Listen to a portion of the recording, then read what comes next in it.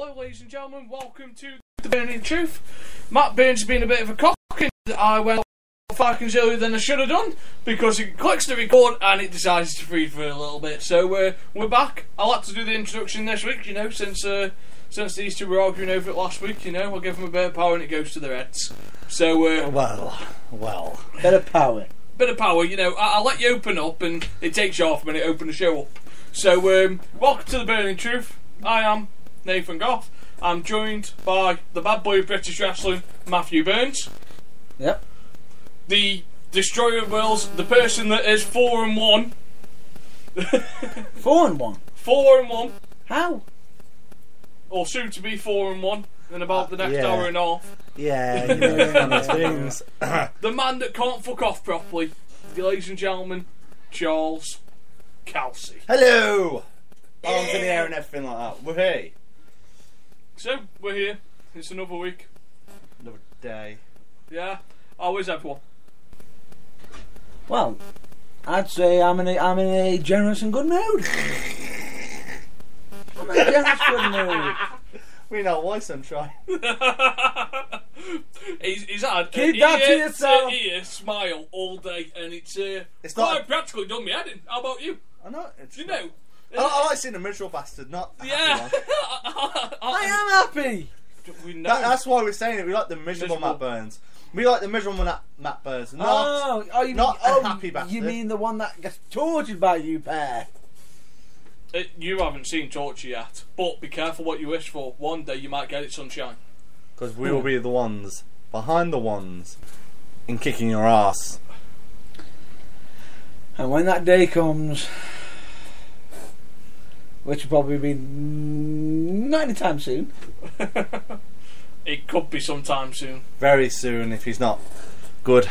Anyway, I am good. Yeah, but So- he's really happy. How You've about got quite a yourself? good smile on your face. not You really. Computer-aided twat. Basically, Mr. Goff. Someone's feeling a bit of resentment. Basically, Mr. Goff got screwed by the computer in FIFA. You know, I thought I'd have a quick game before we come on. You know, I thought I'd get my ass kicked and You don't use play football the games, do you? every now and then. Every now and then. He plays about as often as I do. The only difference is I get quite competitive. Competitive. You can throw the pad across the room. I never once threw the pad over the room. Someone threw the pad when they scored. No, the battery came out. It was explosive. It was necessary. It was that boom factor. Boom, winning goal. But now, how are you, Mr. Goff? Apart Probably about the same as I was last week, you know. A Here, little bit there, up, a and little bit everywhere. down. Pull from pillar to post, you know. Seeing people that I really shouldn't be seeing. And at least one person actually succeeded on a phone. One person did what 20 of have failed, and that is to impress me. She is the one. They finally got through. She was the one in 19-1. Hooray! One got through. Yeah, got but the problem is though, we're going to see how she looks on an next week. interview, but Because you know, when you're over the phone, you can't see them. As everyone knows in day-to-day life. Anyway. We'll have to see how that. We'll have to get back to you on that one. But yeah, apart from that, it's been a good week. It's been a good week for wrestling. Not happy with NXT this week. Well, I haven't been happy for NXT the last 2 weeks, and now I've read the spoilers for the next month. I am not happy. He's not a happy bunny. Triple H, you are screwing with my Wait. emotions. All I'll say is, do not fuck with my emotions. Stop where you are before you get carried away. Just in case, if anybody's listening, spoiler alert, if anybody who doesn't read the dirt sheets and whatnot, or whatever. You might want fast forward about 3 minutes, well, pause, and then wait for it to go forward about 3 or 5 minutes, and then press play, and then fast forward it and see if we've gone past it. But I'm not happy with what Triple H is doing with my favourite tag team. You're just upset, aren't you? I am upset. This tag team could come out and blow the main roster apart. Calm down, quit being swaffed. They jobbed to Dash Wilder and his partner. They lost to the Ford Villains. You know, this is the greatest tag team since the New Age Outlaws and the jobbing. Everybody has their ups and downs. But they're losing to Nobody's. Just give them the belts and let them run. They probably try and make new tag teams. Don't give a fuck. Make new tag teams elsewhere. Do not fuck with my emotions. They are the I'm only not the one reason doing it. I watch NXT.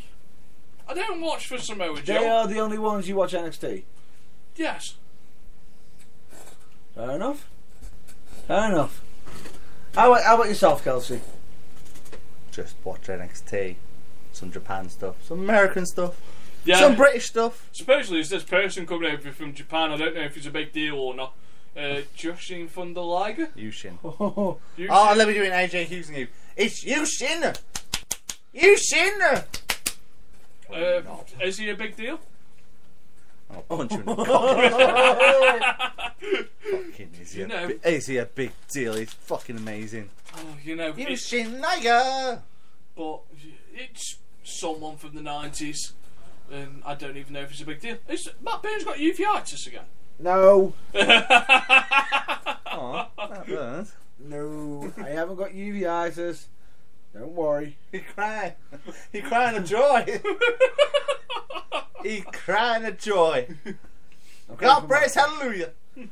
But no, Praise the Lord. we'll let you build him up because I know you're a bigger fan of him than I am, you know.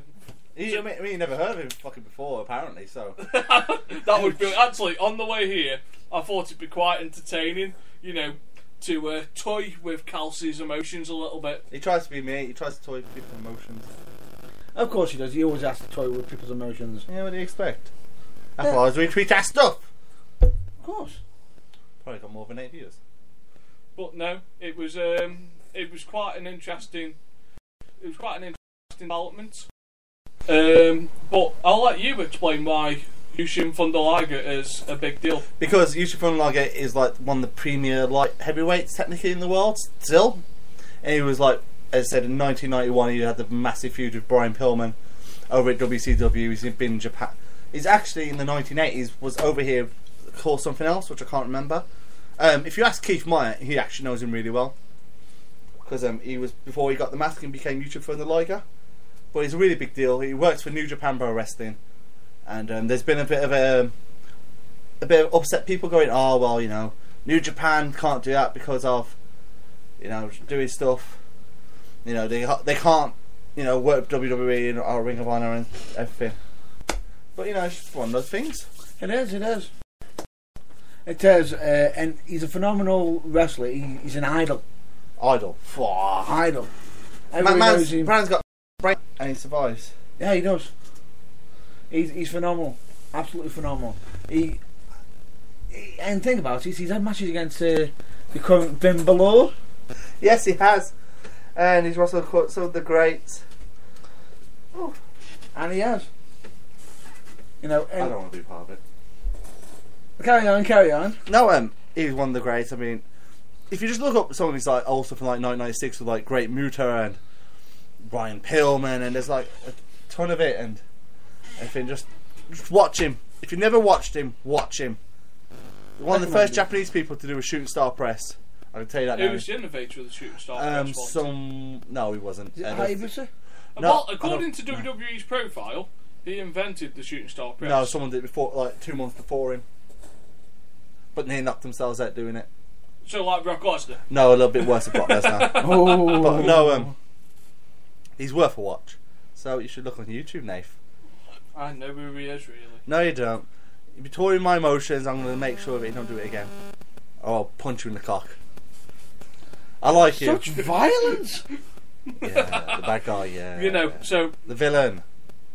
I'm not my Such score though. violence against, you know, I thought he was your main man. Yeah, I won't even mention that Kevin Owens is going to lose to John Cena this Sunday to him. Or otherwise, that could be enough to ruin this man's week. No. You're really trying to... Hell no. No.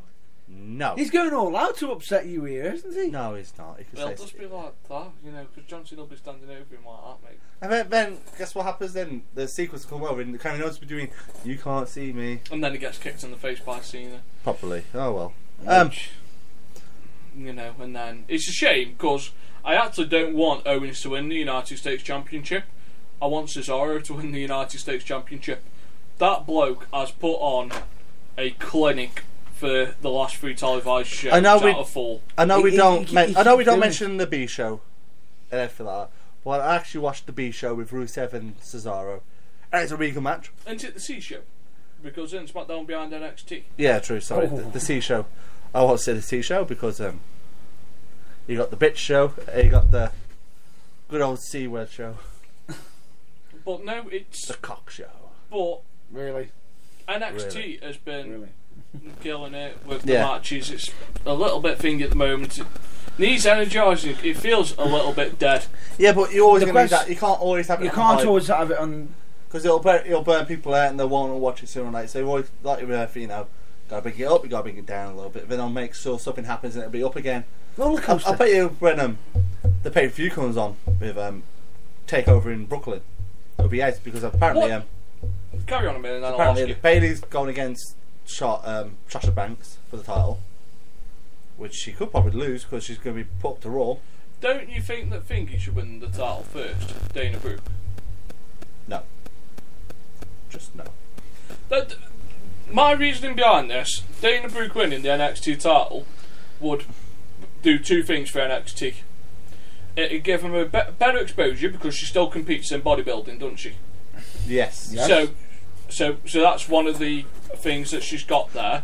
But it gives chance for Bayley to have that run a little bit further. You know she's eventually going to end up with it, but why not put her against a heel where she can overcome the odds? Like, because Dana Brooke's got the moment, she's got this process at the moment where her and Emma are going after the top. So the storyline should suggest that she goes after Sasha Banks. But Now? but at the moment, Sasha is, doing the whole, being the boss. I know, Being but her storyline is mixing in with Raw now, so she's going in with Raw and SmackDown, teaming with Tamina and Naomi. So, wouldn't it be better for Bayley to take the title off Sasha Banks for them to have? No, because why would you have a face versus face for the Women's Championship? Why not give it the heel? Because baby faces, and you may not agree with this, are always better chasing. Because the crowd get behind them. It's simple. Bad guy, the villain has the title. You know, fuck you basically. And stop looking at my phone, you cheeky bastard. And then, of course, the face. Is that what he's is drinking just- to then? Not the face, the good guy. Yeah, the baby face, we'll call it no matter what. Chases after him, and of course, you get behind it because they get so close. I think something gets taken away. It's like an up and down ride. Yeah. So Bayley at the moment, she needs to start. She needs to start her ladder of redemption. So, if Bayley starts building up, because I think she'll face Charlotte. So I think she'll face Charlotte at Takeover, whereas Dana Brooke will face Sasha, and then they can be on a road towards the next Takeover special. And then that way, she's getting the push. It's a 6-month push, but she's got a direction, and the fans will get behind her every week a little bit more. And I swear to God, if one of you doesn't turn your vibrators off, I'm going to shove it up your ass. And it's not me. It's Hold not on. me. There's one thing I didn't like. I'm not the busy bunny here. Calm down, Kelsey. I can see that face. Yes. He's Anyway. smiling too much here. Are you the busy bunny here? Yeah. Anyway, I didn't like the Baron Corbin promo because he's like, these people who are going in gymnasiums and wrestle in front of 50 people. So Mojo is probably wrestling in front of like 20,000 in front of Japan. David's probably wrestled in front of like 50,000 in Japan. Sami Zayn's probably done the same, probably like 10,000 in probably the US, England. Yeah, I thought it was quite disrespectful, to be I honest. didn't. I did. I thought it suited him because they're classing him as that sort of blue chipper, aren't they? So, not like a blue blood, but a natural born athlete. And they're giving him that heel persona of, I'm better than all of you people, you journeymen, you know? How many of you can say that you've won everything that you've done? Because all you've ever done is wrestle. So I completely understand what's happening. And I understand the push. I understand why you wouldn't like it, because you're building up the same way that the people before you have done. You know, the people like Finn Balor, Sami Zayn, Samoa Joe, you know, they've all gone through the graft, whereas people like Baron Corbin don't have to now. The performance centres around, they get plucked out of the NFL, get plucked out of League One football like Stuart Tomlinson did, and they get put into the Performance Centre. But the bad thing about that is they don't have the experience to work with people like Yushin Fundalaga when they come in for the one-off appearances. Because people like Finn Balor have worked European styles, Japanese hard styles, American style, Mexican styles. Well, not as much American as he said. He found the American style a bit more awkward. Because they have like a different style. If you ask anyone who's wrestling American, they have like a different style. Every country's got a different style. Most wrestlers have like different styles. Like, you know, you got different British styles and you got different American styles. Yada yada yada.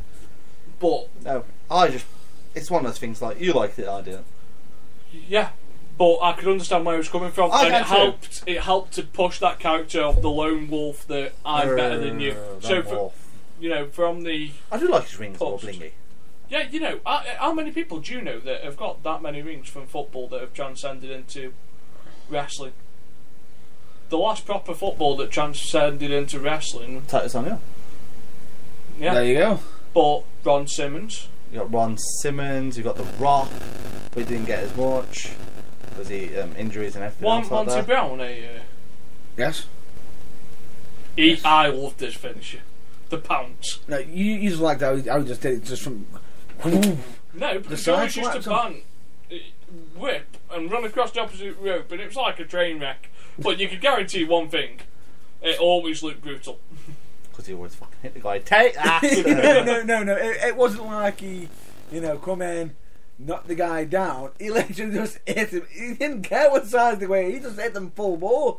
You saw people going into the ropes, going all over the place. That's what you're supposed to do, isn't it, though? As you do, but I'm surprised you didn't knock one of them through the I ropes. must ask you, it's only a few days until you're elimination money in the bank match. Yep. How you feeling toward it? Nervous, but also excited. How the fuck you mean nervous? All you got to do is pin 5 other superstars. How hard can that be? Only 5. Only Oh, 5. please. Scar and AJ will have another thing. Autumn Fawn and White Tiger another thing. Who's the other guy? Tommy Taylor.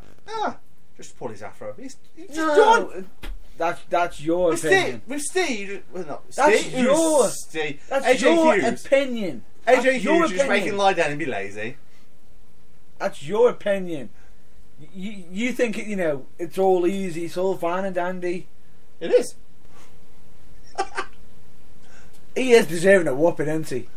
I'm more curious. Are you still determined to go for the heavyweight championship? Yes. And how does it feel now that this will be not predictably, how can I put this? How does it feel to have Blake now, a man who took you out, do what I did 2 weeks ago? Fuck off. It's heartbreak.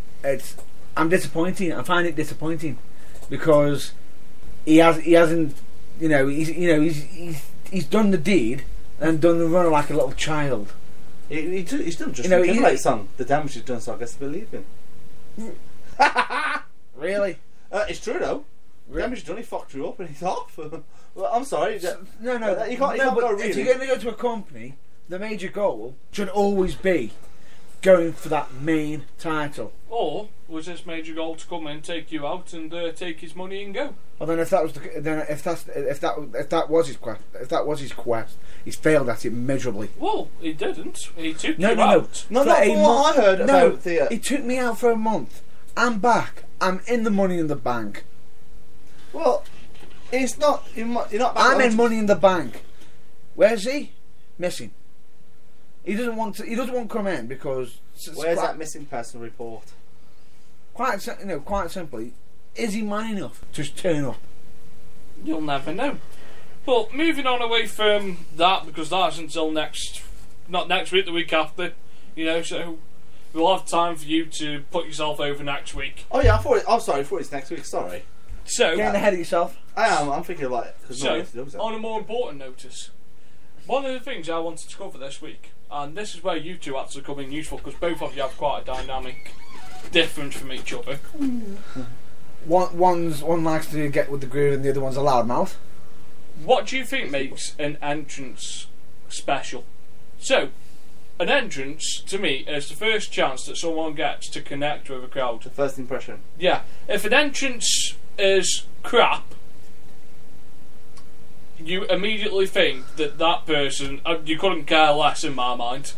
So you need to have The entrance something is a- special. Yeah, the entrance is always important because it sort of sets the tone of what the crowd should be expecting, what is to come for the match. Would you agree with that? Of course, I mean, Because if a guy just walks in and goes, puts his fist up, down, gets in, does nothing, Can I does just that feel ask, special? why in Britain, England, do we feel the need to always shout wrestling?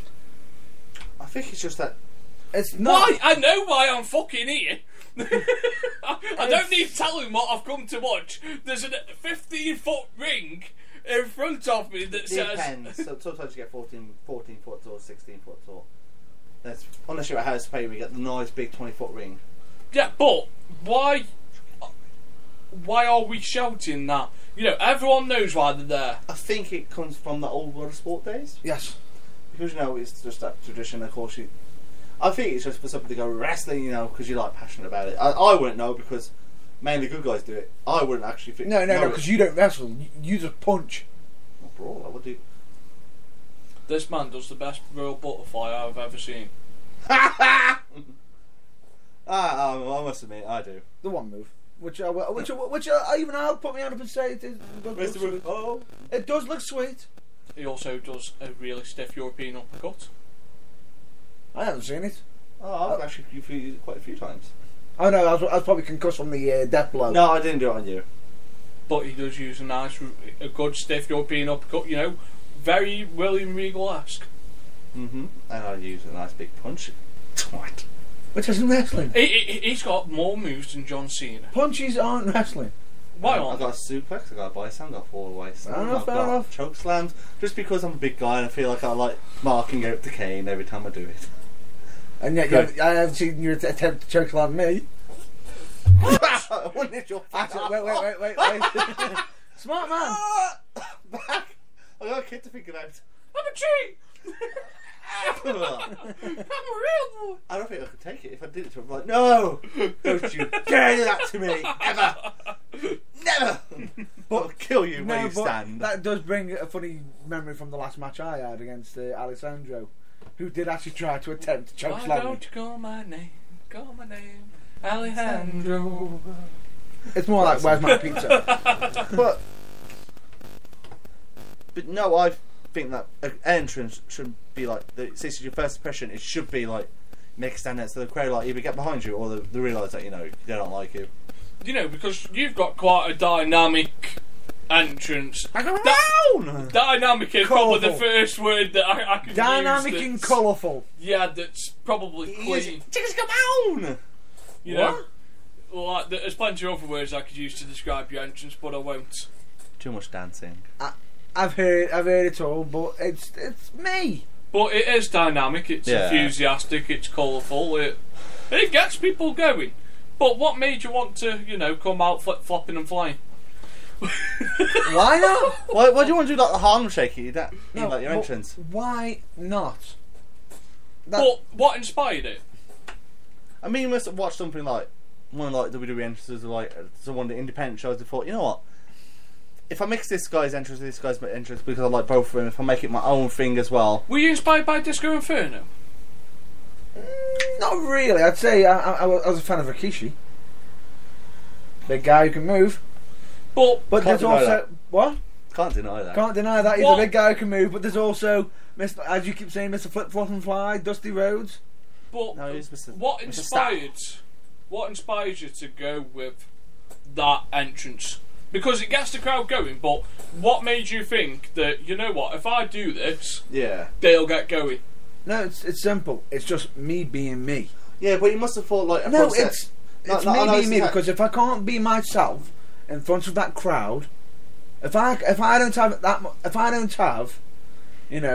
feel, I can be myself in front of that crowd, how can I how can I believe in myself, and how can the crowd believe in me? But the thing is, what I was trying to explain until you interrupted, which is completely fair enough because you're trying to, say it from your point of view. But you must have thought because I had never seen you actually as the good guy since I know you, which is a fair fact. Because every time I saw you, you were like me, a villain, a nasty bastard. But then you suddenly thought, but I like the crowd now. They're getting behind me and everything like that. So I mean, you couldn't have done it straight away. Going, I'm going to do this and this. I'm going to be me and like that. No, I'm sure you must have you've had to process it. No, it wasn't just that. It was I was going down that wrong path. Wrong path, which I do call the wrong path. Okay, I call it my dark days. Okay, dark days. My dark days. I thought you said okay, I'll rephrase it this way to you. No, I was in my dark days. I was constantly, and you're wrecking the place. Take that, studio. It was my dark days. I was constantly losing. Things weren't feeling right, and it almost led me to a point where I almost quit because it didn't feel right. But then I had someone sort of give me advice, and then sort of inform. Why don't I just be myself?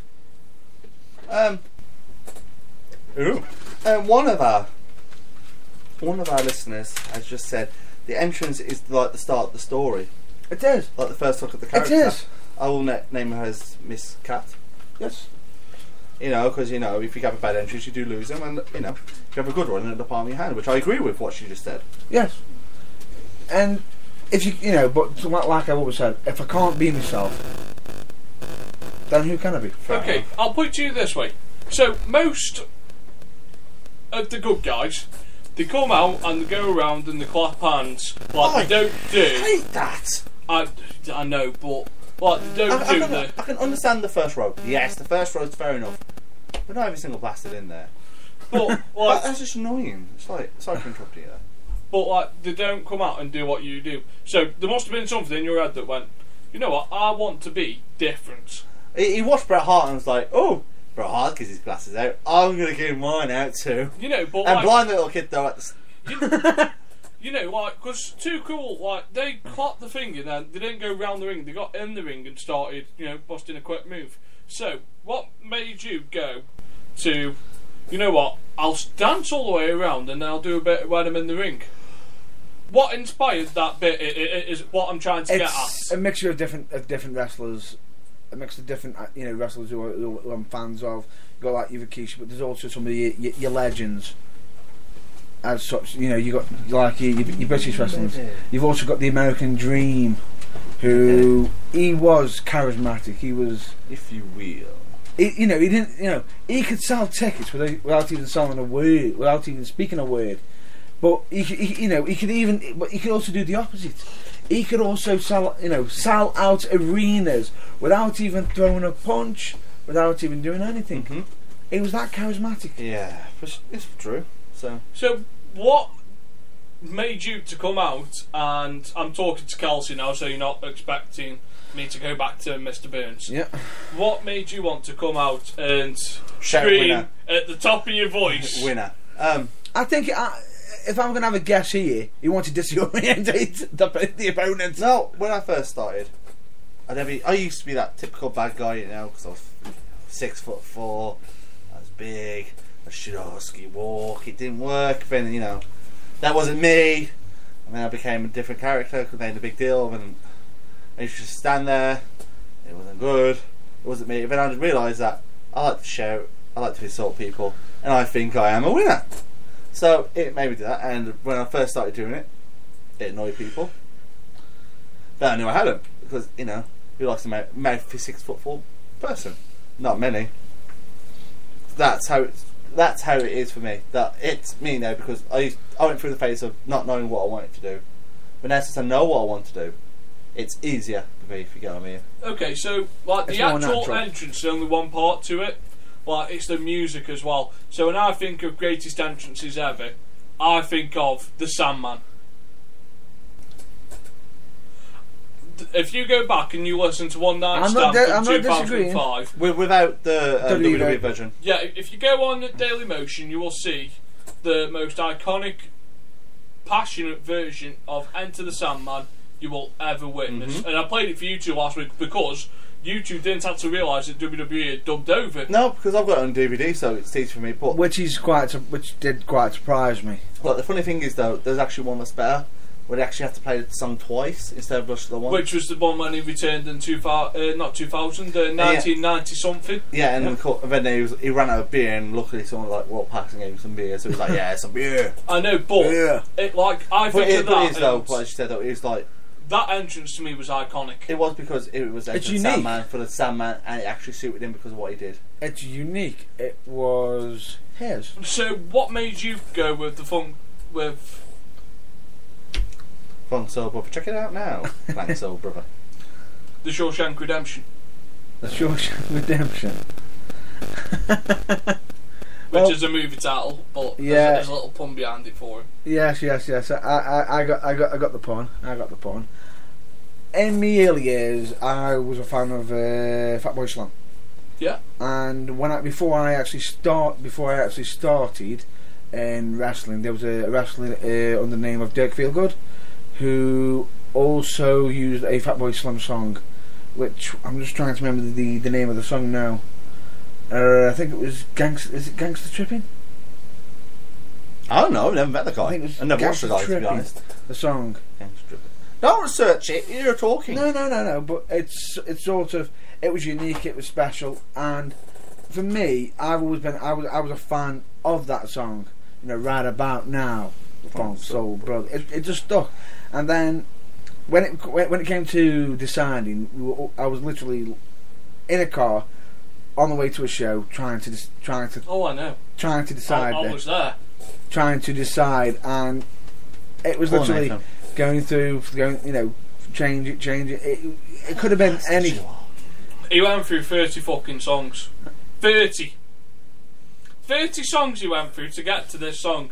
But I want to know what process he went through in his head, like to pick the songs and then to finally go. I already got who I was, and as soon as it started, it just brought back all memories. It felt like it was a song like it's close to me. Right. So you use Minus Human by Metallica. Yes. So what made you pick that? I've always liked. I know. I heard somebody. Humanity. Ish. There we go. Very close. No.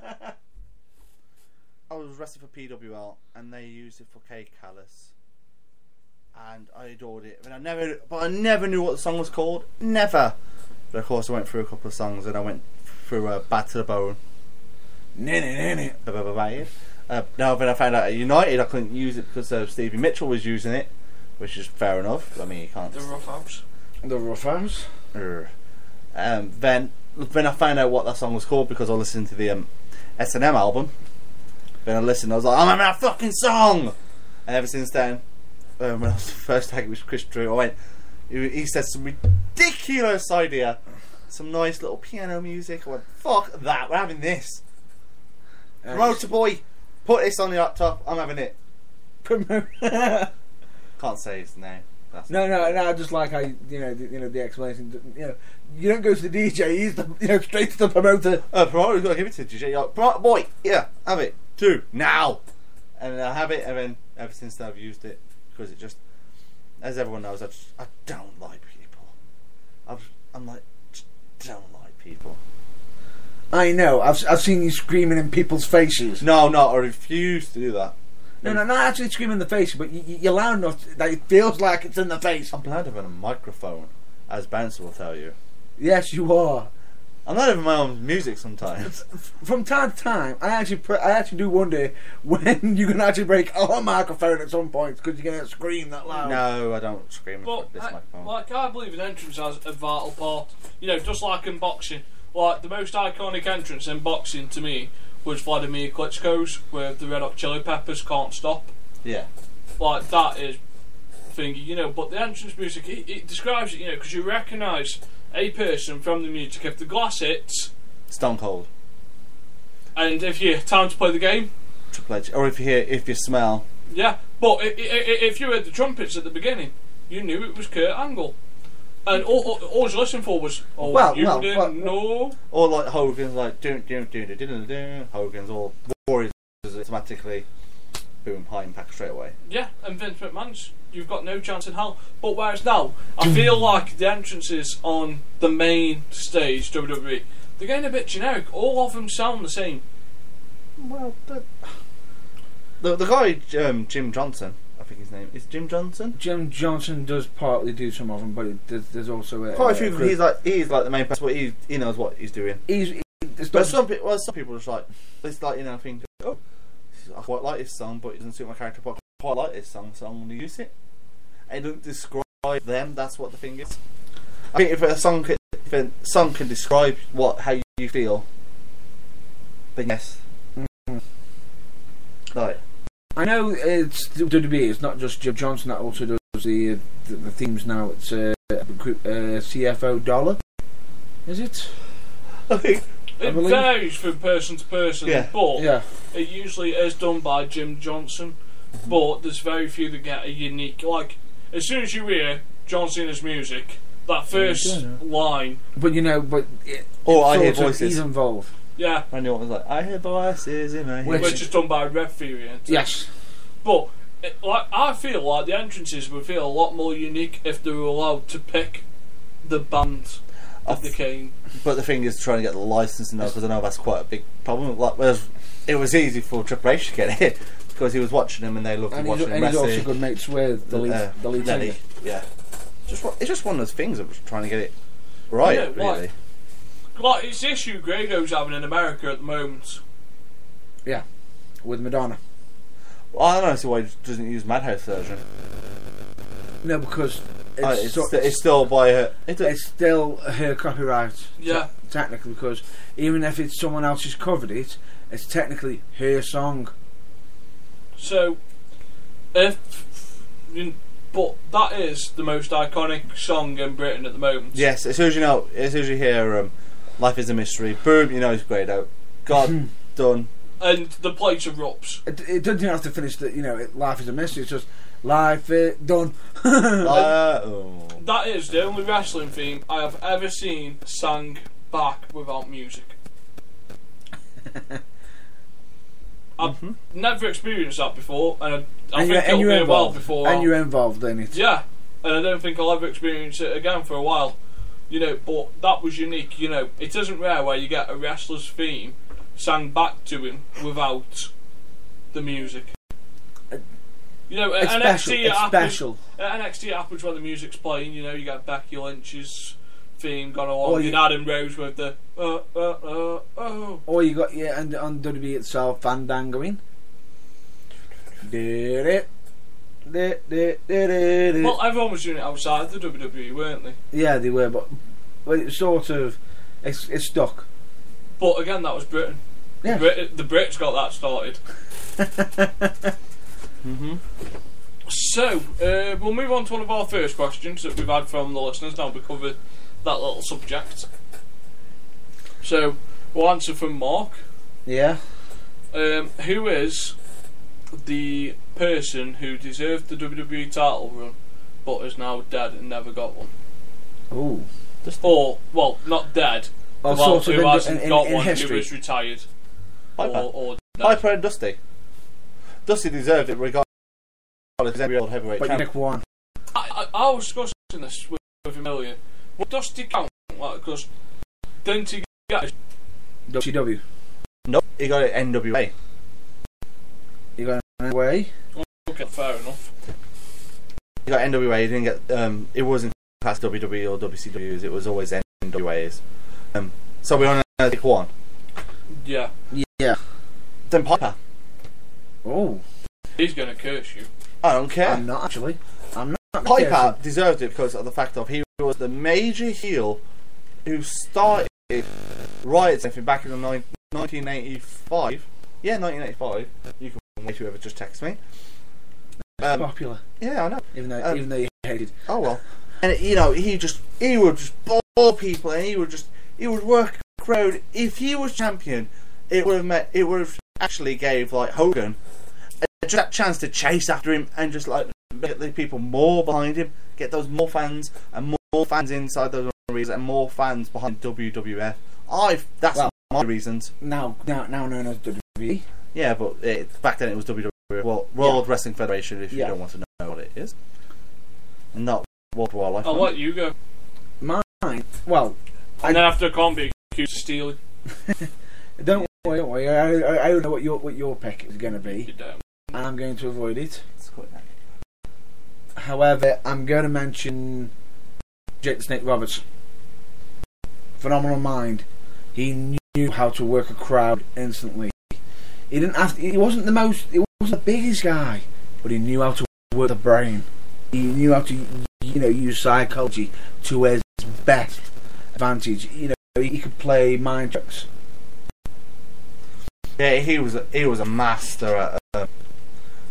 He was like, if you watch the DVD, he was like that person came he did an interesting promo with the Undertaker, didn't he? Yes. And the Ultimate Warrior, getting Ultimate Warrior to overcome his fears, and then he turned on Warrior at the end of it. Yeah, but that was like because of they were supposed to feud, and of course, Warrior got fired. So, which was quite. And the sad fact was dramatic. The sad fact is as well. Roberts and Hogan were actually going to have a feud. Roberts could have actually probably had the title, but instead of going for Hogan, they changed for DDT. And of course, they don't want to cheer for Hogan, do they? So of course, Vince went, I'm not having that. My major golden goose here ain't getting there.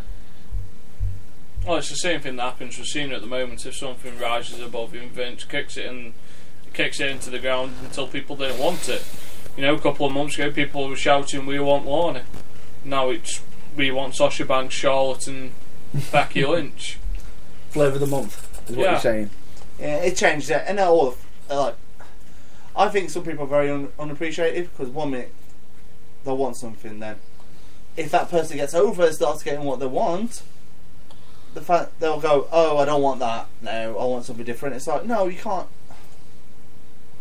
Yeah, I get what you mean. It's like it's sort of like I want that one. When they've got it, it's like, oh, I don't want that one now. That's what I feel with Cesaro. So what you're thinking is, once they've got what they want, they don't want it really. Yeah, it's, but we're not talking about that. We're talking about who should have deserved the WWE title. As well as mine's Piper, yours was Jake the Snake and Mr. Goff. I am going to go for Billy Gunn. Ooh. Didn't actually expect that one. He had the athleticism. He was liked by the crowd when he split up from the Outlaws, when he went his own separate way. Yeah. All the talent in the world. Still got the Fountain of Youth, can still go today. But he never quite fulfilled his full potential because people never got behind him as a single superstar. But I believe that potential was there given the right gimmick.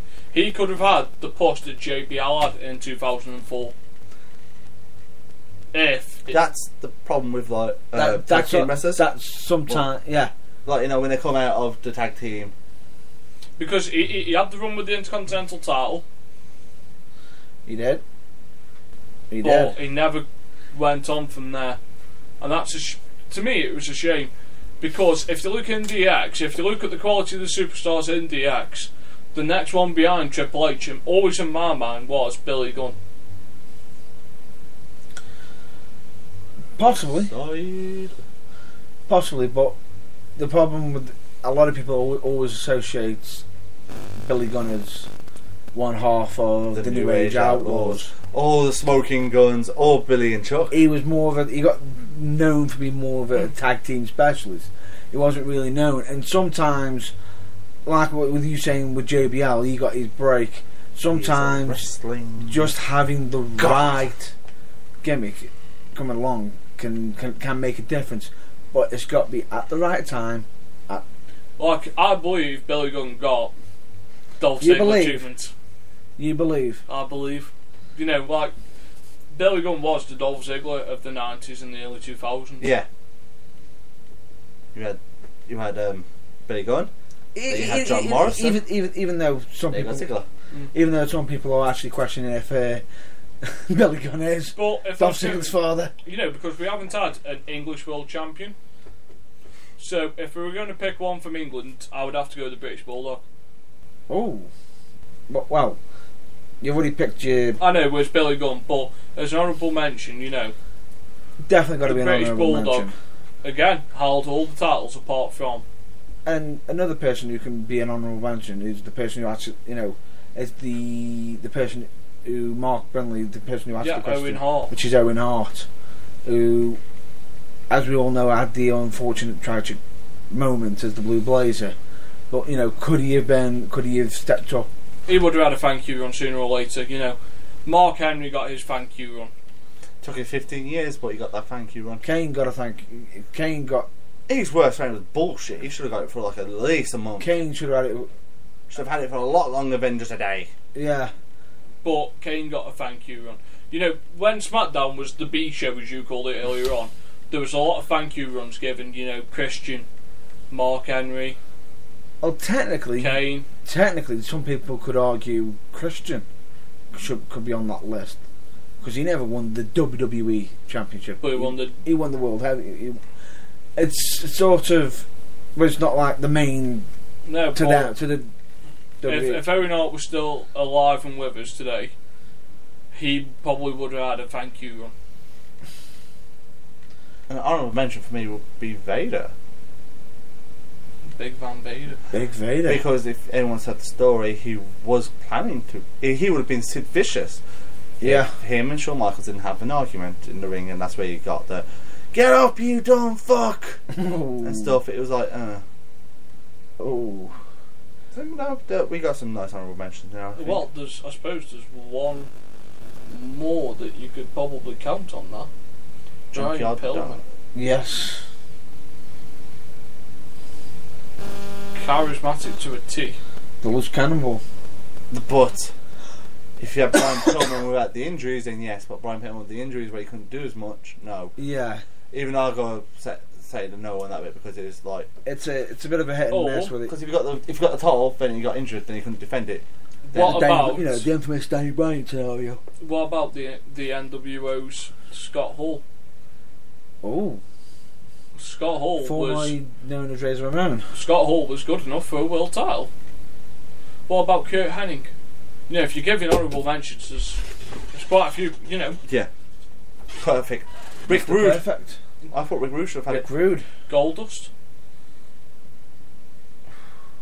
it. Would you class Goldust as an honourable mention for people that didn't get a world title? Yes, because I'm sorry when I don't think they would have given him the WWE, but they would have given him the World Heavyweight.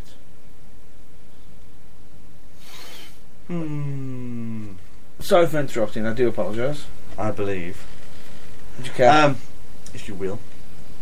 No, Yep. it's the fact of I when somebody like you know he was the American Dream son, Dustin Rhodes, and when your dad goes, Vince McMahon does this, he gets his hand out and goes and grabs you by your top and goes, "You ain't Dustin Rhodes anymore, boy," and makes him into Goldust. That's just on its own should be worth getting a WWE title, to be honest. And he made that gimmick work. He made it all. He revolutionised creepy in a way. He made that sadistic. Come on, how many guys do you see kissing Ahmed Johnson? None. No. Well, He even was after Razor Ramon's machismo. exactly. He was doing stuff that nobody else was. He was developing a whole different mind game. Exactly. It was brilliant. Genius. Do you think, and this is one for the future, 5 years from now, 5 or 10 years from now, we'll be saying Cody Rhodes is unlucky not to have a world title run? We might be, but we'll see in 5 years. We might be, but it would be a shame. Because 5 years ago I was saying that's your future world champion when he was feuding with DX and part of Legacy. Now he's been with WWE for 7, 8, maybe 9 years.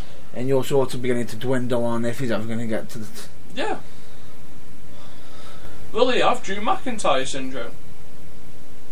Or is that upper tier but never used properly? Could But, have. but I can understand why it's called Stardust though. Would you care to...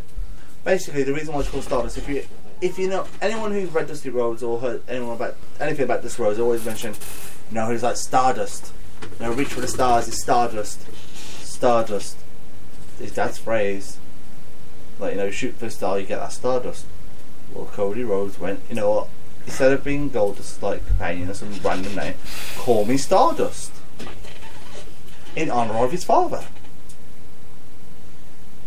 Before even he was dead, so. Do we think that Goldust might get a quick run before No. he retires? No. Unfortunately, as much as As much as I was go, yes, no. I'd want to, Because you can make it a transitional champion. You know, there's enough pay-per-views in the year to transition the belt across. I don't think they would. You know, because I saw The Miz as a transitional champion. Because The Miz will never have a world championship run again. that is really bad, now that I think of it. We've listed 10 people who should have had it. And then you just mentioned one that's had it. Who do you think shouldn't have had it? No. Jack Swagger had it. I don't think he deserved it. Did he have the WWE? He had the world. He had the world. world. Yeah, it's still technically. It's still a WWE World Championship Okay, belt, though, okay. isn't it? You know, but when you look at them two, Great Khali didn't deserve it. I know why you got it though. India.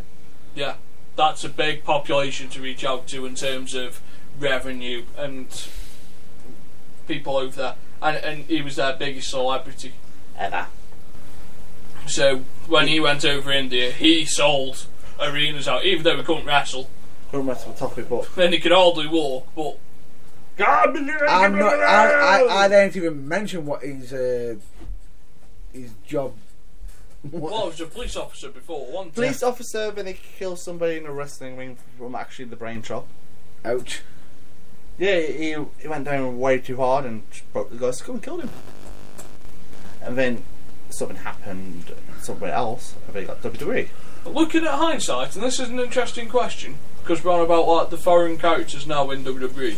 Yep. Do we think if the thing with the Iraqi war hadn't happened, that Muhammad Hassan would have been a world champion? No, he wouldn't, because he couldn't take heat. He didn't want the heat. It wasn't just that. It was. They also had the whole segment that they had I've with. just said, if that didn't happen, if that segment was Yeah, wiped, Oh, you mean the whole? yeah, Yeah. was wiped No, from he couldn't history, take heat. He couldn't take heat. would we be talking about Muhammad Hassan being a world champion? No. Because he was the top heel at that time. He was, but he didn't actually like the heat. He was actually afraid of the heat, and I'm sorry. He was getting a lot of heat and death threats. Yeah, I know it's a bit different. I know you go. Actually, what are you on about, Dave? Dave, who's Dave? I'm talking about Robert now. Shit me. Short kills. You know, you got a man who's getting death threats. Yeah, but there's a big difference. You receive death threats, but a lot of people receive death threats and not get killed. Everybody's different with their And unfortunately, reaction. Muhammad Hassan couldn't take it, so they went. You know what? And he had a big problem with The Undertaker. He was very, very, very rude to The Undertaker. And that's why The Undertaker broke his nose and gave him 2 black eyes. They took him through a stage, because he could. And as they said, they took out that character away from wrestling. He sort of He gone. went away, and then luckily Daivari stayed, and Daivari became quite a good talent. Yes, Did he? Yeah. He's So- a jobber, wasn't he? he's No. a good wrestler. He's a very, very good wrestler, actually. He may be a very good wrestler, but if He was a jobber in WWE, but when he went everywhere else, he wasn't a jobber, so... It wasn't. Yeah. And I've actually seen Daivari. I know because he wrestled under Sean Daivari in TNA. He wrestles as. Sheikh Abdul Bashir, I think. Yes. Yes. He wrestled that, and he wrestles Daivari now, which Leighton Cole has wrestled, Yes. and that's how I found out. And I believe he's also wrestling Lucha Underground. Don't know. I He's could- also wrestling in Lucha Underground, which What? Quickly, why is Vampiro wrestling? Hmm? In Lucha Underground? it's to do with a bit of Storyline. storyline. It's to do with the, Mr. Armbreaker. Alberto Alberto. No. Al Is that- Patron. No, it's not Al Patron. He's doing his thing with Johnny Mundo. I'm just trying to remember the character's name. But there's a heel character who's been going around breaking arms. Okay, a villain. Thank you. He's breaking arms, and he came to. He's wrestling. I'm trying to remember. Somebody. I think it's Star Molester. and he went for break her arm, and Vampiros also said, right, enough's enough. You know, you have to stand up. He looks rough nowadays, though. Just because he may not look his best, but if he can still go, he can still go. Fair enough. Was there any more questions, by the way? Before we got enough tangents. Yeah, I was going to bring us back into it. So, Big left turn. Keep So- trying. another question that we had that was asked to us was, do we think that female valets have been faded out, or why do we think female valets aren't as used as much in wrestling anymore? Because they want to be independent now. They don't want to be the valet of somebody. They want to be wrestlers. They want to make it on their own now. They don't want to be that person who. Oh yeah, she valets Matt Burns. Let's say no. I know. Carry on. You know, she valets Matt Burns. The question is I think with that is, when they're coming into it, do they just want to? Are they just be there? Just to walk people down to the entrance, to the ring, or do they want to be in the ring themselves? Now, some people could argue that, saying, you've got. I'm just trying to think. Is it Maria? Maria does it in ROH, as Yes, she does, she's the first lady of ROH. but she's also able to wrestle. Yeah. She also wrestles. So technically, do we classify it as a valet or a wrestler? She's more of a valet than a wrestler nowadays. Because she gets paid more for doing it though. Yeah. And also, look, he gets over half and other shows, even though he's probably already on those other shows Yes. of Michael Bennett. I have an interesting theory behind this. Okay. Care to share? So, back in the 90s, when women valets were at the peak, Yep. it was because sex sells. Now, I might offend someone with this explanation, so if you're easily offended, I do apologise for how this explanation is going to come across beforehand.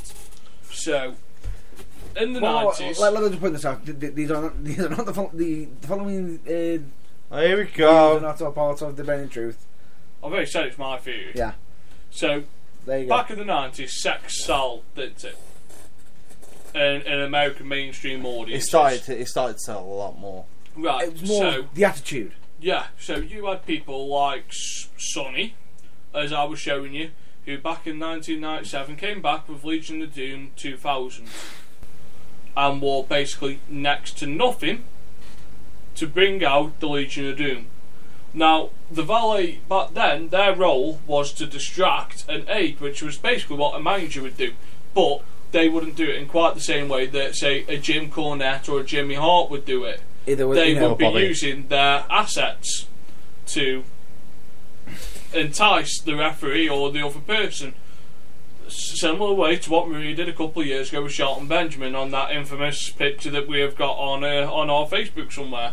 I believe that would be on ROH at a ROH event. Yeah, The complete shock and surprise look of Shelton Benjamin's face, which is, once you see it, you'll never forget it. right, okay, so that happens, and it still happens, but not as much.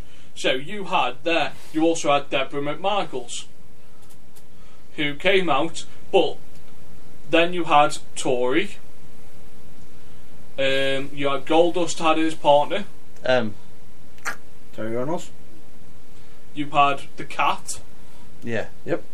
So you had these women who had no wrestling experience and didn't want to be female wrestlers. They were people who just wanted to get television time, but were happy to be paid, but were also happy to be objectified. Yeah. Yeah. Whereas now, so fast forward a couple of years, so you end the Attitude Era, Yep. and you come in, and I think we're The about start of it. 2001, which is the Ruthless Aggression Era. Yeah. If I can call it that. Yeah, I you think can. it's about Yeah, you can. 2001. So that came in, you had Trish Stratus, who was managing TNA, might be a year before or something like that, and she just come in and they announced it as a model. Not a wrestler, she came in as a model Yes. on Sunday Night Heat.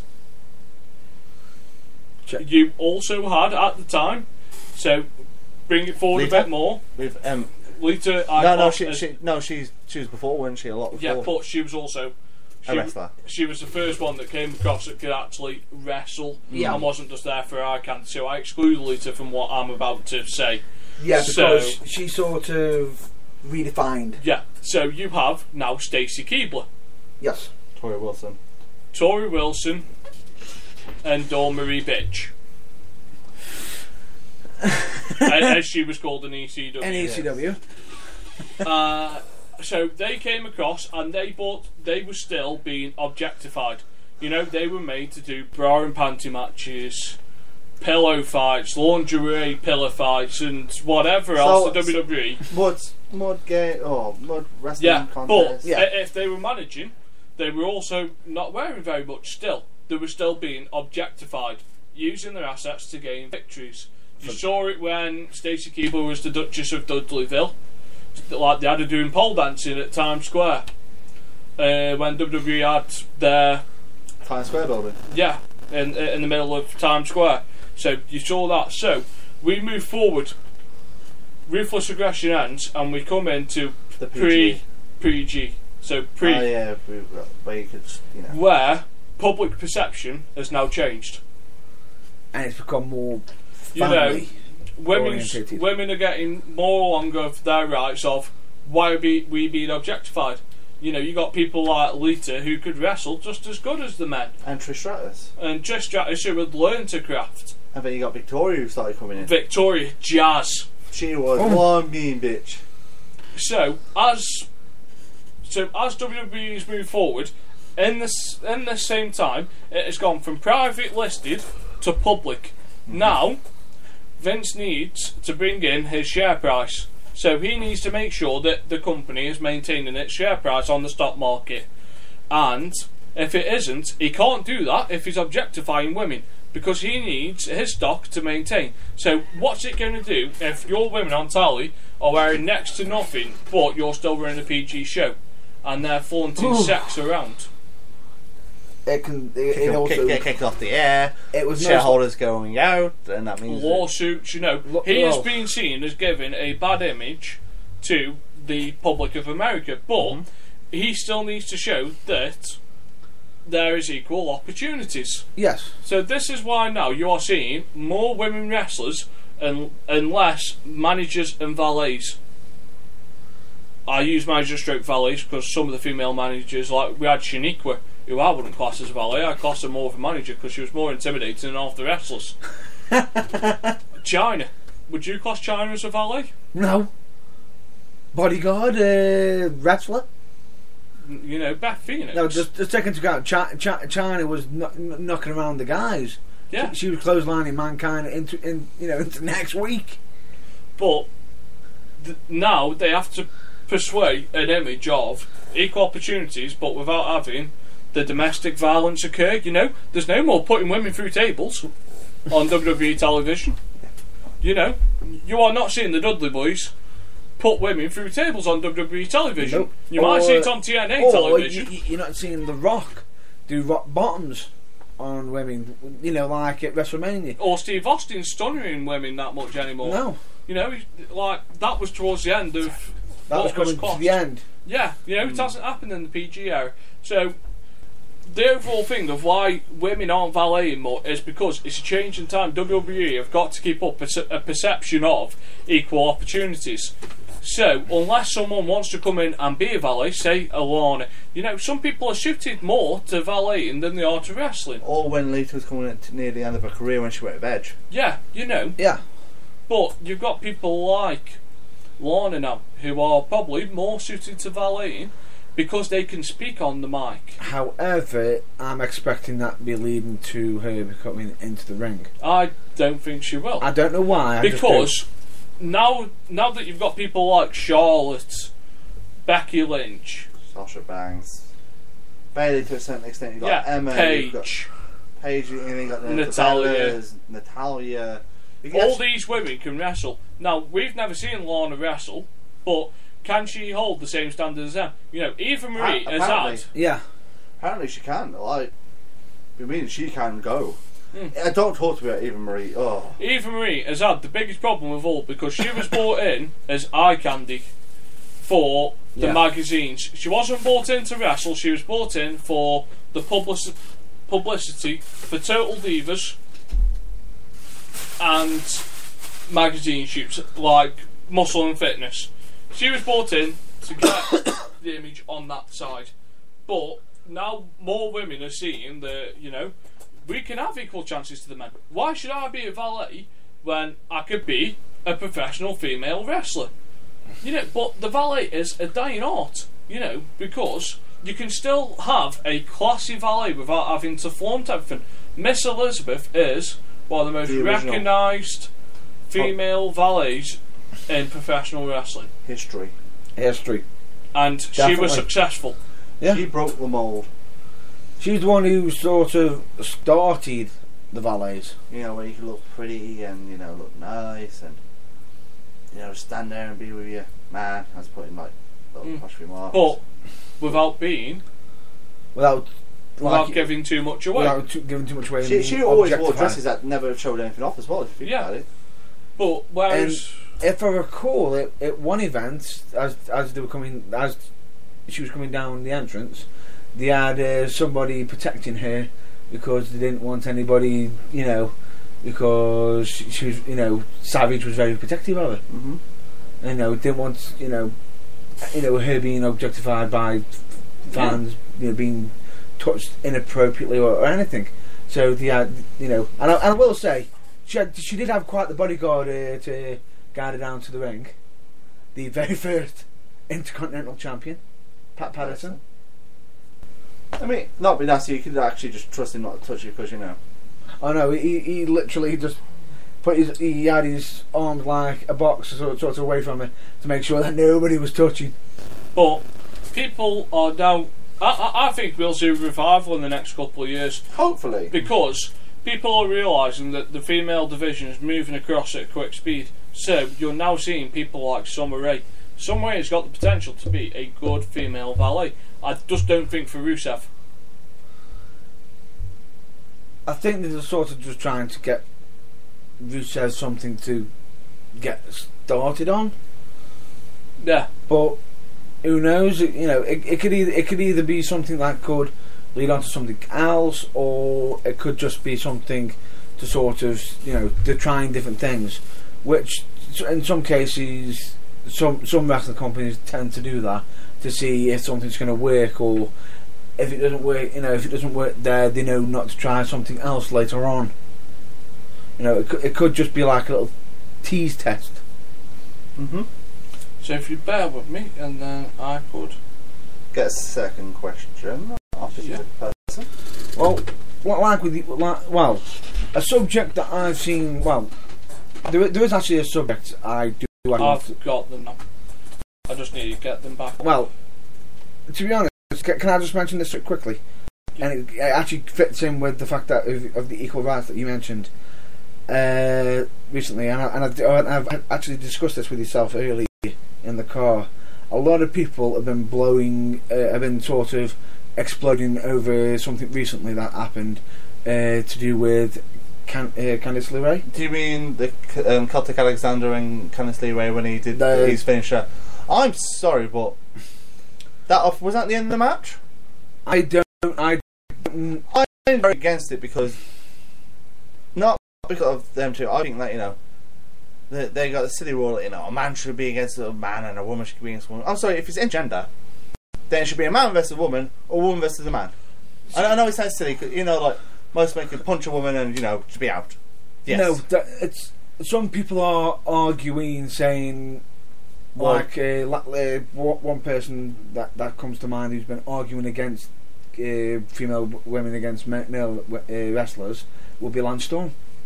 He's actually arguing against it, saying it's sort of condoning male on female violence, which I can get that though. No, because how he presents it, because at the moment there's the message that they're trying to get across to kids: don't try this at home.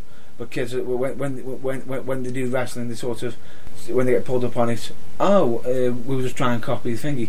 Now he's questioning when's it going to be when some when's it going to happen in that scenario? You know, we were just wrestling. See, now this comes back to a thing of equality. Yeah, which I've just been on about. Which you've just been on.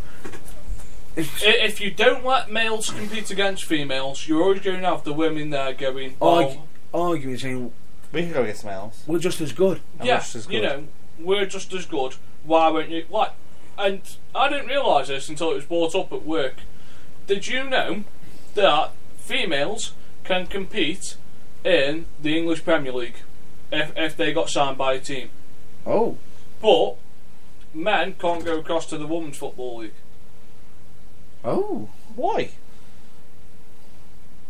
Because the Women's Football League is just for women, because it's the Women's Football League. But there's nothing in the Barclays Premier League that says it's just for men. Oh. It's the same with darts. Like, I know this is probably like one of the worst examples in the world, but a female can compete in the World Championships, but there's no rule. Like, there's a rule that you can't compete in the women's. You know, so is it like there? Yeah. It's a case of if you don't let them do it. You know, people go, it's encouraging domestic violence, but if you don't, I reckon Ronda Rousey could beat half the male UFC fighters if given the chance. In claim arms. Yeah, but if you don't let it happen, you never know. There's always going to be people there going doubting. Yeah, so it's a double-edged sword. You're always going to have people going, well, this is encouraging violence. There's no easy right answer. And wrong answer. Or wrong answer. Catch 2020, isn't it? It should always be up to the performers. If they're happy to perform with each other, then they should be. Yes. Yes. And as long as, you know, everything's safe and done. It's all good. Everybody's fine with it. But as long as the two performers, or four performers if it's a tag, whoever, are happy to perform with each other and understand the risks that are involved, then that's fine. But you should always be happy performing with who you're with. Yes. Like we said before, there is no easy right, wrong answer to this. It's like we've already said, it's a double-edged sword. Because on one side you've got people saying, oh, it's unfair, it's focusing on this. But on the other side, if we're saying, oh no, stop it, it can have other people saying, well, why not? Women, they can be just as good. Okay, so moving on. Take a right turn anyway, to the second question. That's right. I'm glad that we just got that covered out of the way, because we haven't. I'll merge these into one. So he says, now that the NXT women have appeared on Raw to make it fair game against Team Balor, do you think they'll give them more time to perform, or will they just be fed to Nikki to make her reign stronger?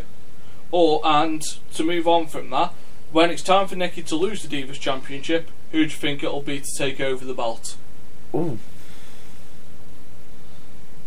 I think they'll get a push now, because everyone's seen them on NXT, and they'll expect the same for NXT, and of course, guess what that means? Give them more time. As it's been said in the past, give Divas a chance. I think they will, because now you got, if anyone's follows social media or anything like that, or like the dirt sheets, there is a thing called the 4 horsewomen of pro wrestling, of Charlotte, Sasha Banks, Becky Lynch, and Bayley. And Triple H loves them. So I think they will get the push of more time and more credibility. No, but I think with the question that they're saying is somebody going to be stepping up to take out Nikki Bella before the longest reigning streak gets beaten, or are they going to get fed?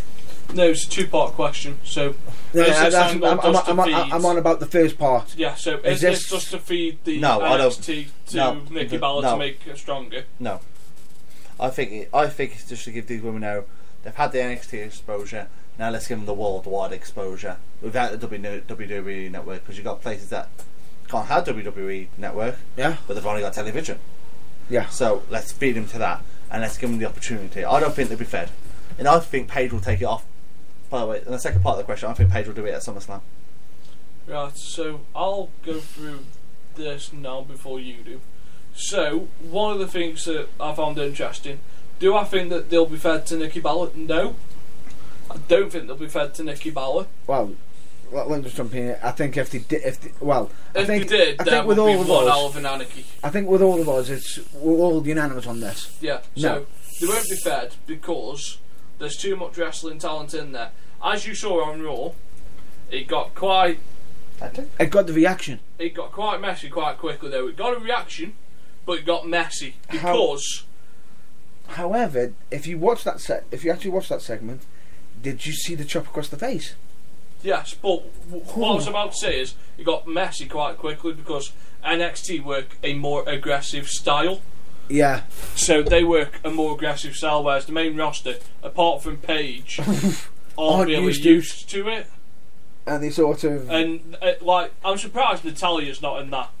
I'm surprised Natalia's not in that segment because she can go. Her and Charlotte have had great matches. Oh, definitely. Which we've seen on Raw.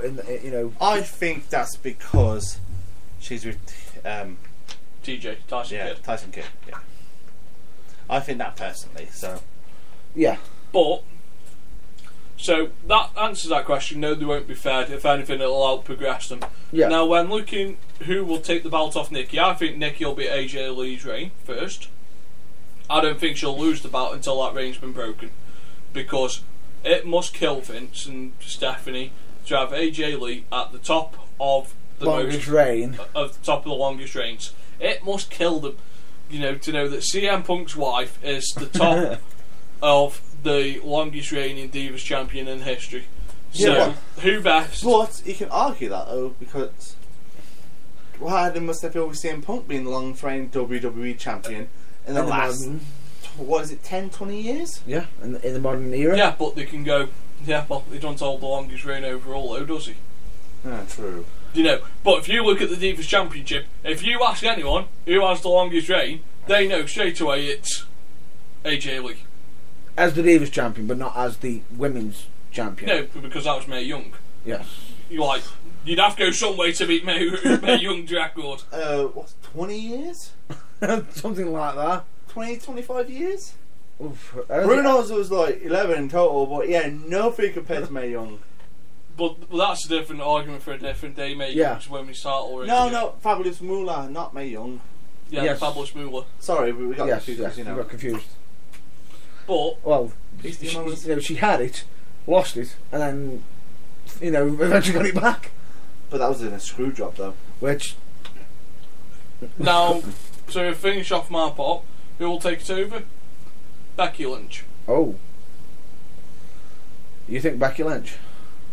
There's a reason behind this. Okay. I don't think Sasha Banks' current gimmick will get over on the main roster at the moment because it's too blingy. It'll be good for a little bit, but it won't stay on the mainstream appeal because it's a bit blingy. It's a bit out there. It's a bit like Corey Greaves' gimmick. Like that would not go over on the main roster. Okay. Charlotte is over, but she's only over because of one reason. Woo! Woo!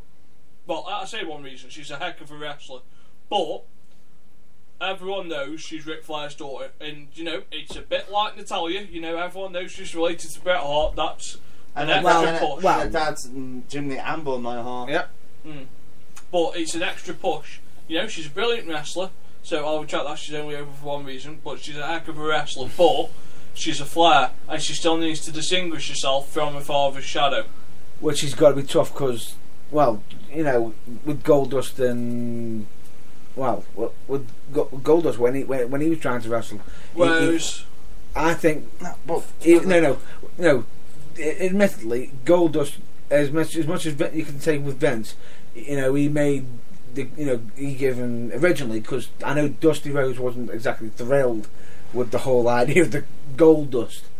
No, apparently he was enthusiastic about it. He was really no. If you actually watch some of the DVDs, he actually says at first he couldn't believe it at first, but then he couldn't believe it. No, he couldn't believe it. He was thinking to himself, "What's he gonna do with this?" Blah blah blah. He was a little bit worried, but he was so glad that when he did it, he was sort of able to break away from the shadow.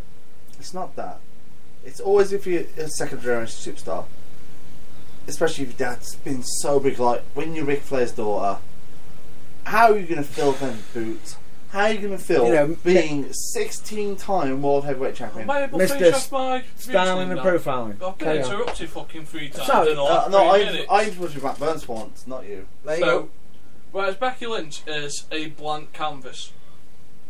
You know, she isn't a champion, so she hasn't got to lose to anyone. She isn't a second generation superstar. And she isn't Snoop Dogg.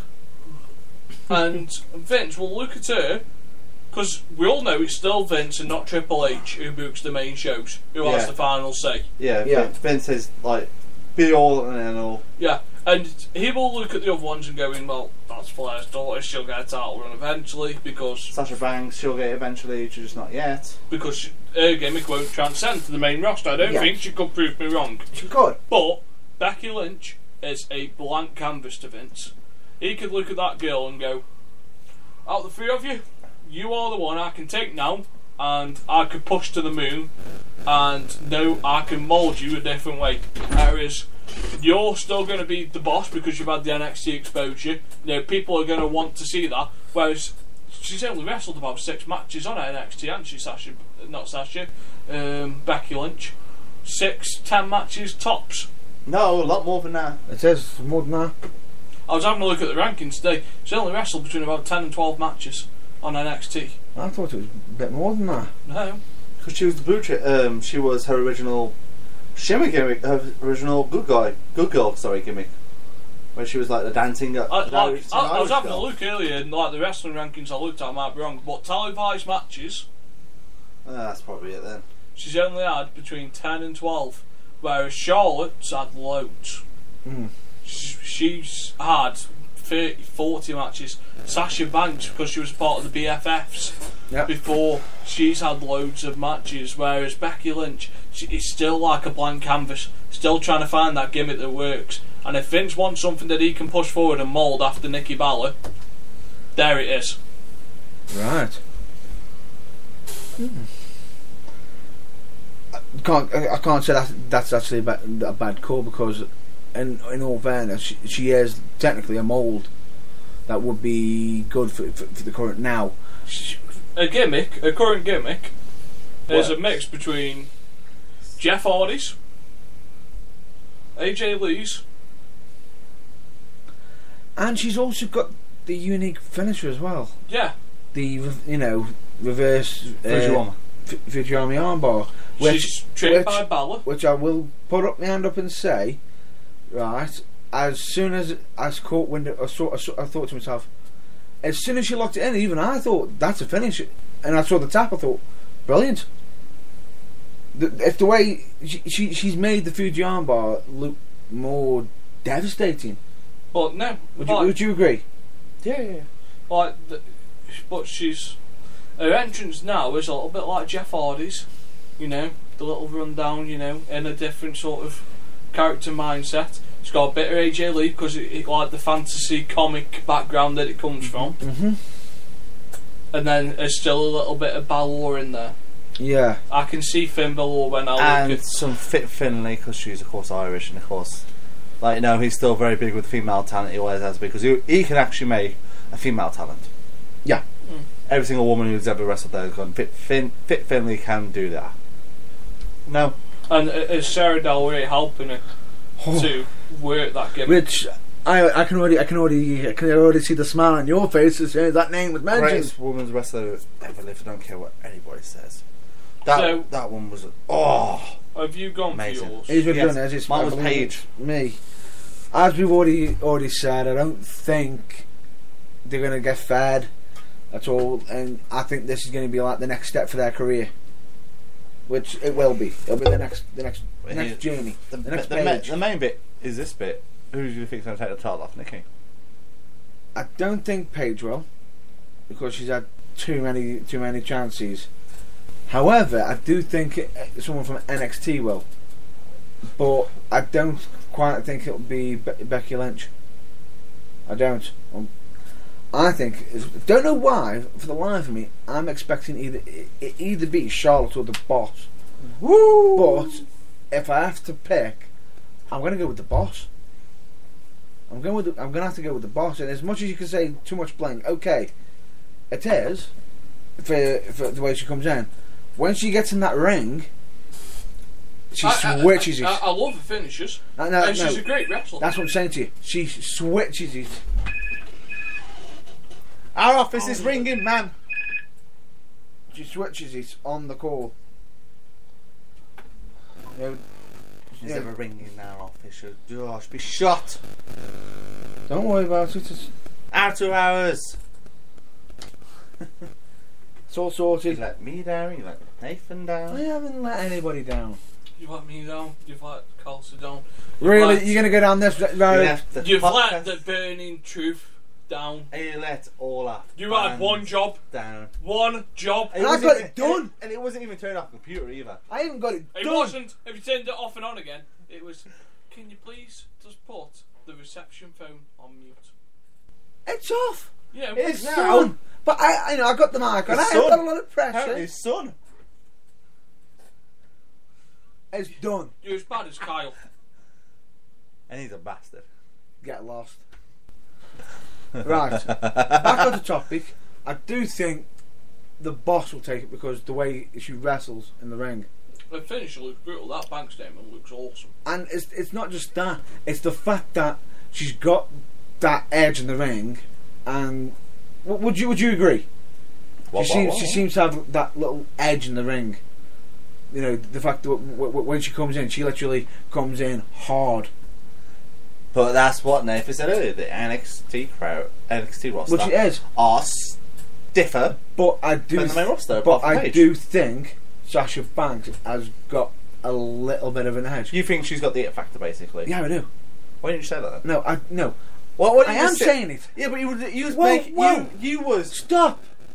making it far fetched, going all around these edges. No, but like this. But like you said, Charlotte, she's Flair's daughter. She will eventually, she will be getting that title shot down the road. But I think with Becky though, they're not going to sort of push her straight into the title picture. Why not? I think Out of everyone that needs the exposure, out to them three. I think they're going to mould it into something better. I don't. Out of everyone that needs the immediate exposure, out to them three, and that would benefit the title run. Becky Lynch, because she's not as No, but big. she does need it. But this is WWE logic. A title I isn't think- always given to someone who deserves it at that time.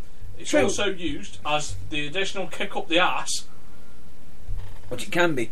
to push a person or woman to the next level. Yes. But however, I do think Sasha Banks herself, and I Okay. do agree with you. I do think Nikki will beat the streak of longest reign. She's never been the Undertaker. She can't even lie down for more than a 2 count for John Cena. Well. Anyway, that was a Fantastic. fantastic man.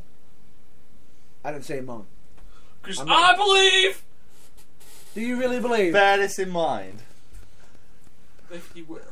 if you will. The fucking wood. Right then, You will, so- baby. We'll go on to Battleground predictions, and then I think we'll end up there for this week. I believe that we will. I have a question, but we'll do Battleground first. Go on. Well, we'll go to the question, then we'll finish Battleground. What are your opinions on imports being overused? I mean, like companies using them for. Say, if a company's got a sponsor. Oh, just before you do that, our question was sent in by Miss Moeko. That question about the demons.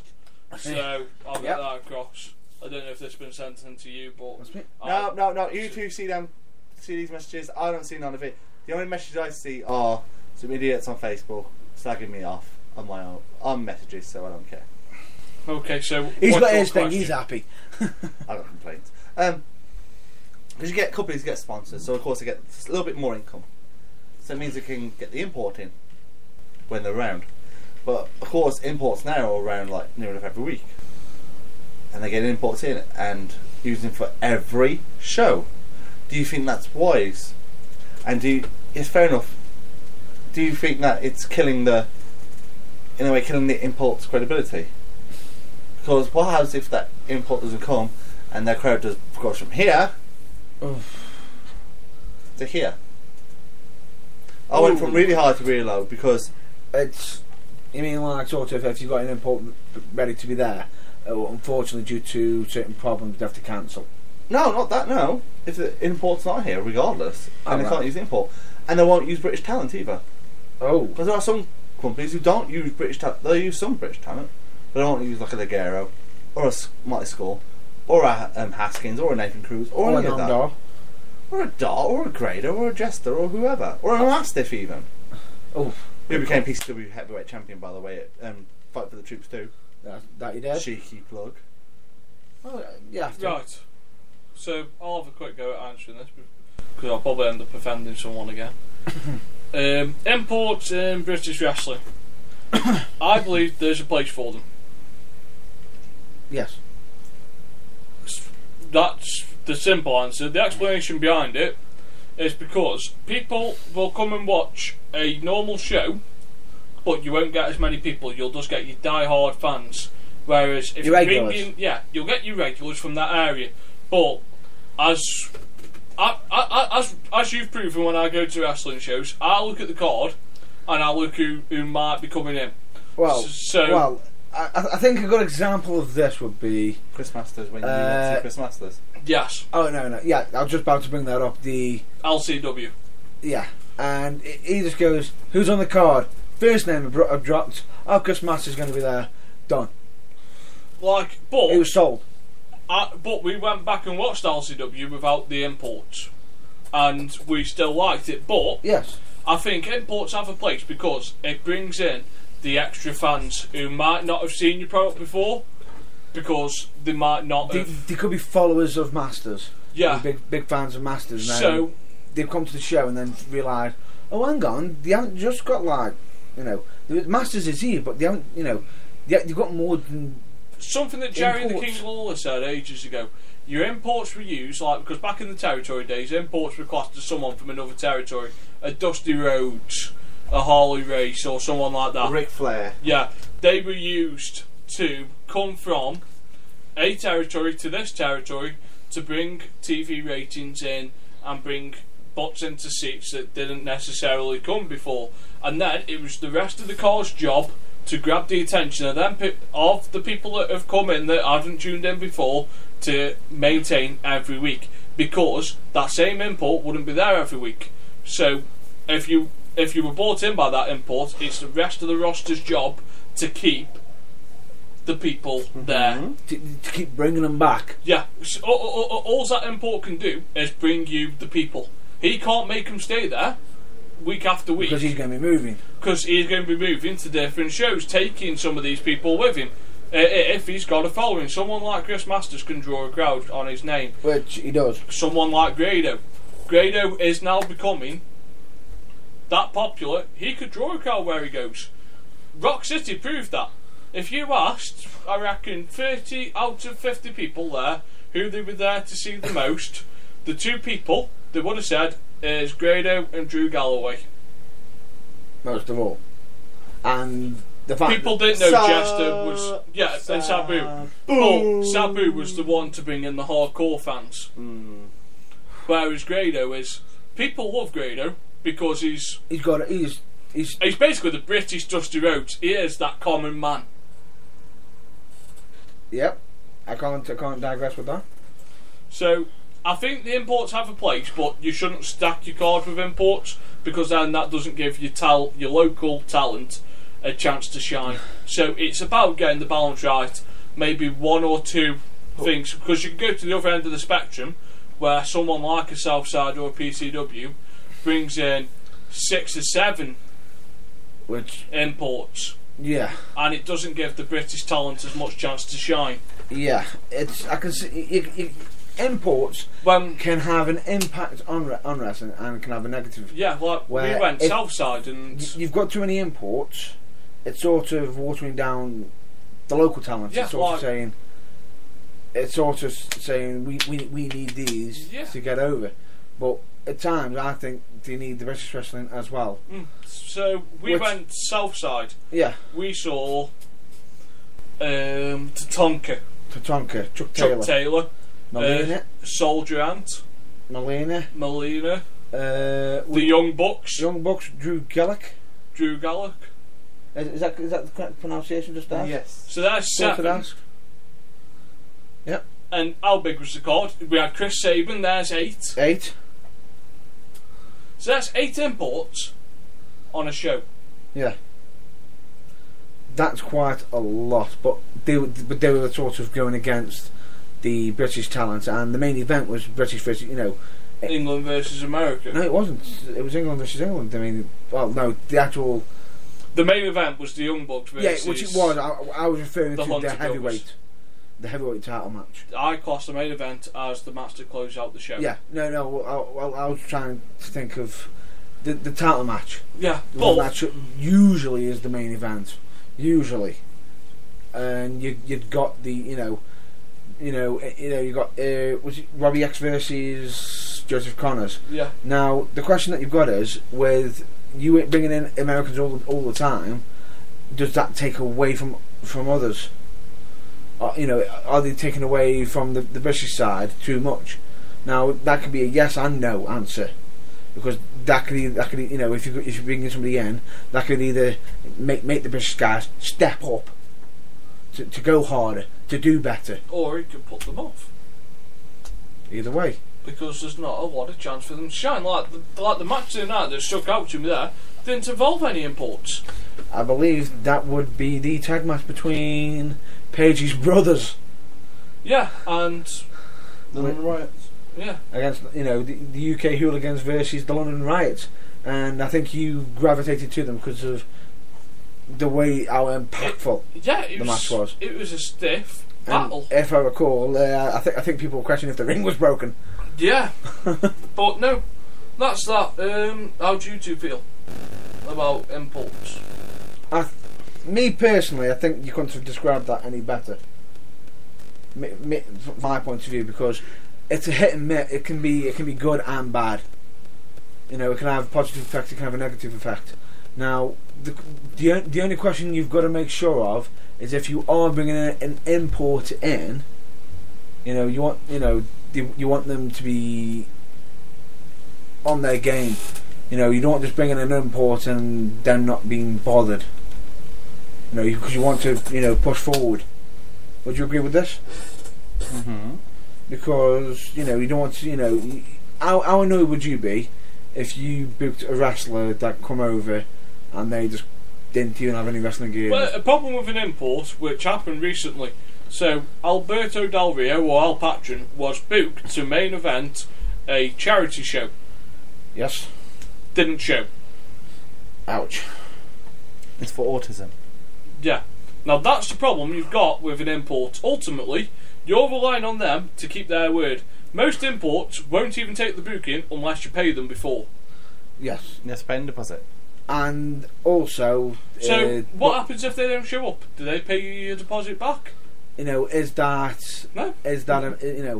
the question is, the first thing that's going to be asked is, have they not turned up because of a missed flight, something going wrong? Well, he won't answer his phone. Or is he literally... Like, this missing show, it? they paid his fee, his travel, Oh. his hotel, and his flights. Then if he hasn't turned up, then it's not right. And that company won't get that back. That's probably done some damage as well, because with them saying they're going to get a wrestler, then they haven't turned up. They're going to question the next time they've got a big wrestler on that poster, is he actually going to turn up? So it's going to have not just effect on the wrestler himself. Sid Vicious had a habit of A very big habit. Very, very big habit of it. Scott Hall unfortunately has that habit. But when you're paying for these big imports, I mean, it helps when they're already in if you got on like the day after another show. I mean, definitely got in there, but not do you? Because what stops someone going out on an all-out piss-up and not wanting to wrestle the next night? Which is true, but the thing, it's very hard with that because everyone's got a different view, a very different view on how they want to carry themselves. Some people have if they're on a show, they won't touch any drinks or anything. They'll probably have a good night rest then, so they're ready for tomorrow. Or you've got a Ric Flair, or a Dusty Rhodes, or you've got your Ric Flairs who's out partying, and then sort of quickly was trying to recover to get to a show, or hoping that the show will help them recover. Like Chris Jericho, he went out on all night booze and then performed in the Royal Rumble for 35 minutes the next day. That was infamous for it though, but someone described it, I think Terry Taylor did, also Terry Gordon, whoever it was, someone called Terry. Bam Bam. No, I don't think it was Bam Bam. Like recently, he said, I was hot, they put me as Flair. I mean, he looked all scruffy, he was drunk, he was all messy, he didn't know, he just wanted the coffee, he was going to sleep. Literally, he went out to the ring. He went to the other side of the building because he couldn't stand Flair. The match didn't like it another 30 minutes, so he thought, fuck this, let's go. Went out to the ring and he saw Flair come out. His teeth are white, his hair's all done, he's clean, he smells nice, he freshened up, he became the nature boy and gassed him out in 30 minutes. And made him wrestle another 15 on top. Like, some people perform like that, but that's my view on imports. Yes. So we'll go on to Battleground predictions and then we'll wrap this episode up in a nice little pretty bow. Yeah. Which at the moment, in the prediction league, seeing as we've restarted it, we have got somebody who, it's currently, we have somebody ahead. Does anybody know what the current league is? Who's winning? That would be correct, Mr. Kelsey. That is Mr. Nathan Goff. And I will say that was so lucky by one. You call it lucky, I call it good. So we've now got to claim some pride. One of us has got, can one of us literally crawl back and start, equalise with Nate, or will Nathan continue the lead? Don't know. Right, so you're going to pull the matches up. All I do is a specific bit. Oh, he's already failing already. I thought he already had him up. I'm joking. You've got them, haven't you? No. Oh, wait. What was that? Nah, mistake. He's done his job. Right, so what's the first match? The Well, pre-show match. Let me just point this out, just in case it's on there, because you've written it off. This is not in any actual order of what they're going to be presented in on the event. Well, I'm just saying random matches anyway. That's fine. Prelim match, no matter what, is going to be R-Truth versus King Barrett again. R-Truth versus King Barrett? But this time for Barrett's King of the Ring crown. I think Barrett will win it.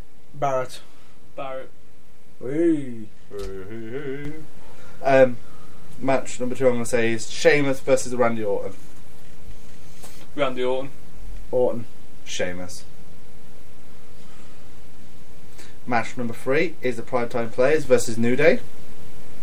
Is this for the belts or? For the belt. Prime time. New Day. I'm going to have to agree with Mr. Kelsey. The New Day. What have the Primetime Players done with the belts since they've had them? The New Day pissed people off. The power positivity. I'm going to say positivity. prime time. Sorry. Positivity. Positivity, baby. I'm a dream. You're taking the mic. No, we're not taking the mic. The New Day is. I think the New Day will win it. I think the New Day will win it. No. I was about. No, I wasn't taking the mic. I got tongue tied. I went like positivity. You were tongue tied. Yeah, that's what. Did I just say that? He was all porky pigs. I was all black. I was all black. I I was all black country. But that's all, folks. Yeah, I was all black country. I'm not. I'm allowed to. It's a place near Dudley, in Dudley, called the Black Country. The whole area is called the Black Country. Yum Yum Land. No, I refuse to be called a yam. Oh, regardless. That's what I was waiting for. But I'm trying to be nice. That. I'm trying to be nice. Roman Reigns versus Bray Wyatt. I know what I want to win the match, but it's not gonna happen. no, Roman Reigns. I want Bray Wyatt to win. But I reckon Roman Reigns will win. I want Bray, but it's going to be Roman.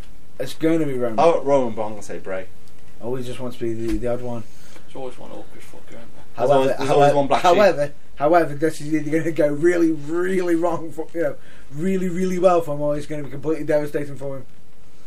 Stuff will happen because they've already like put a dirt sheet out of what they want the SummerSlam main event to be near enough, and it's not. It's either going to be Triple H versus Seth Rollins or WrestleMania main event rematch of Reigns versus Lesnar. Lesnar. Welcome to Suplex City. Suplex City, bitch. Then it's John Cena versus Kevin Owens for the title. Cena. I'm finding this tough because Cena has cost me matches before. So you're going to go with Cena because you don't want to risk the losing. I'm going to go Owens. I'm going to go with the referee. Nah, you can't. Exactly. I'm going to go Owens because I've always picked Owens, haven't I? He's my hill to die on. I'm going to go Owens because of the way things have been going lately, and I think it would call for potential rematch if they wanted another match. Yeah.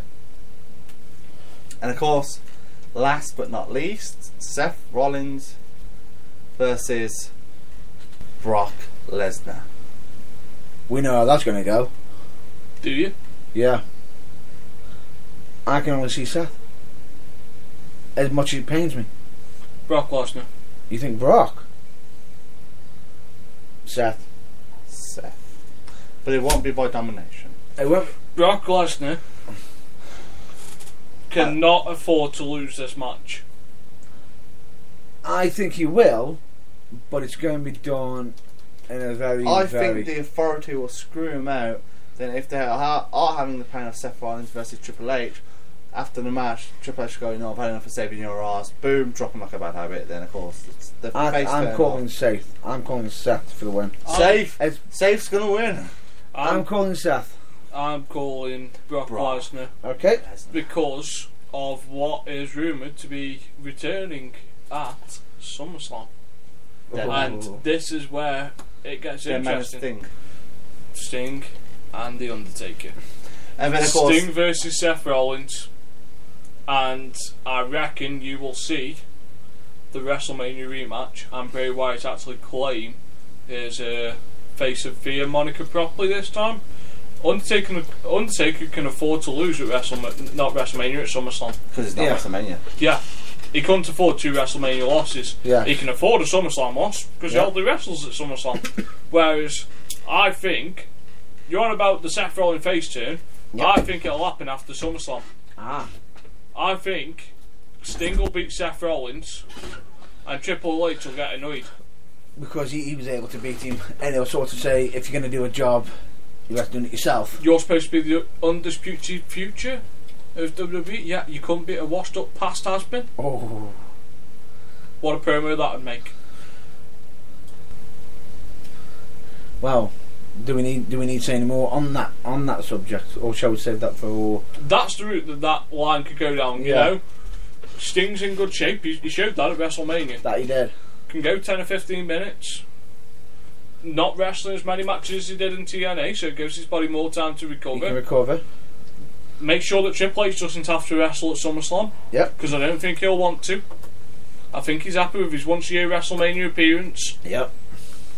But, and then come Survivor Series, I think you could see the WWE debut of Ronda Rousey. Oh, so you think? No. No. I don't think so, but I think the long build to WrestleMania. You know why she's not going to be at SummerSlam?